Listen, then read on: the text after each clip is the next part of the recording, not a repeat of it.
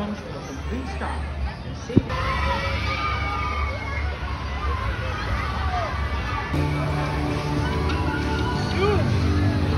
So, good day sa inyo, mga utang! Ngayong araw ay napadayo naman kami sa pinakasikat na park sa buong bansa. At alam ko na alam nyo na kapag sinabing Enchanted Kingdom ay walang yan. Lahat ng rides dito ay talaga nangunguha ng kaluluwa. Wow! Kuya, tama! Enchanted Kingdom na puntahan ng pamilya, jowa at ng magbabarkada. Ikaw, anong kwentong Enchanted Kingdom mo? Nasakyan mo na ba lahat ng mga bagong rides nila dito? Sana all! Tara na! Nasakyan mo na din ba yung mga rides na cute tingnan pero pag nandun ka na, naku, lahat ng Santo Papa tatawagin mo. Naku po! Ayoko niyan! At syempre, nandito din yung mga rides na walang pila kasi alam mo na yung kakalagyan mo pagtapos. Wag nyo din kakalimutan magdala ng pamalit dahil nandito din yung mga rides na babasahin hanggang ilalim ng brief nyo. True ba?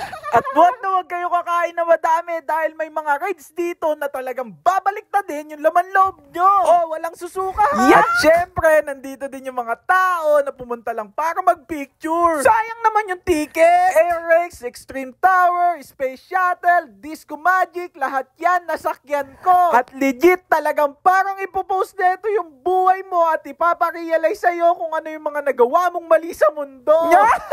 Sorry. Talaga namang Enchanted Kingdom #1. Talagang patok na patok sa bata at matanda. Nasa 1,200 pesos na nga yung ticket nila dito. Pero dahil birthday ko nung pumunta ako, ay talaga naman nakalibre ako at naka-discount pa yung mga kasama ko. At take note, kung birth month mo na at nagbabala ka pumunta, ay magdala ka lang ng valid ID at NSO or PSA na indicated na birth month mo talaga. And minimum of 3 persons dapat kayo para makuha nyo yung discount. So paano mauutak? Planuhin nyo na together with your friends, family, or jowa nyo yung pagpunta dito. Basta ako, hindi ko makakalimutan yung kwentong Enchanted Kingdom ko.